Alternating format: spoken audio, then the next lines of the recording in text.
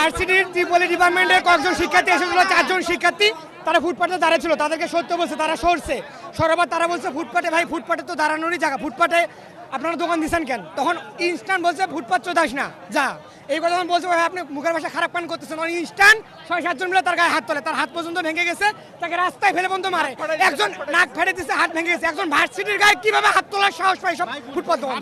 আমরা চাই এই সুষ্ঠু বিচার চাই, আমরা চাই যারা এর সাথে জড়িত তাদেরকে অতি দ্রুত গ্রেপ্তার করে যেন শাস্তির আয়তন হয়, যেন ভবিষ্যতে কেউ এই ধরনের কর্মকাণ্ড ঘটার সাহস না পায়।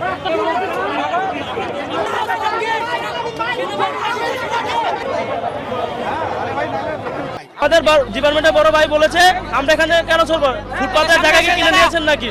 পরে বলে ফুটপাতের জায়গা আমার না, যা এখান থেকে ফুট এম করে বলে তাদের উপর হাত তুলে।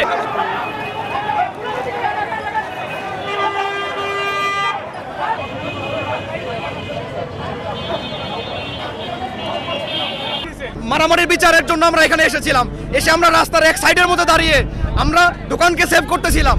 অতর্কিতভাবে এসে আমাদেরকে কুত্তার মতো পিটাইছে, গরুর মতো পিটাইছে আমাদেরকে, সেনাবাহিনী এসে আমাদেরকে পিটাইছে। আমরা কার্ড শো করছি, আমার পায়ের মধ্যে মারছে, আমি কি মারি?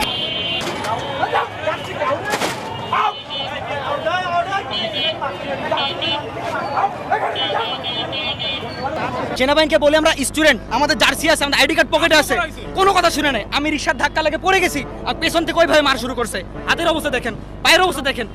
আমি কি মানুষ না কি? আমি তো কোনো ঝামেলা করতে আসি নাই, আমি জাস্ট মীমাংসার জন্য আসছি। আমাদের স্যার আসছে, আমাদের বড় ভাইয়ের আসছে, ওখানে আসছি, আমাদের হয়ে মারছে কেন?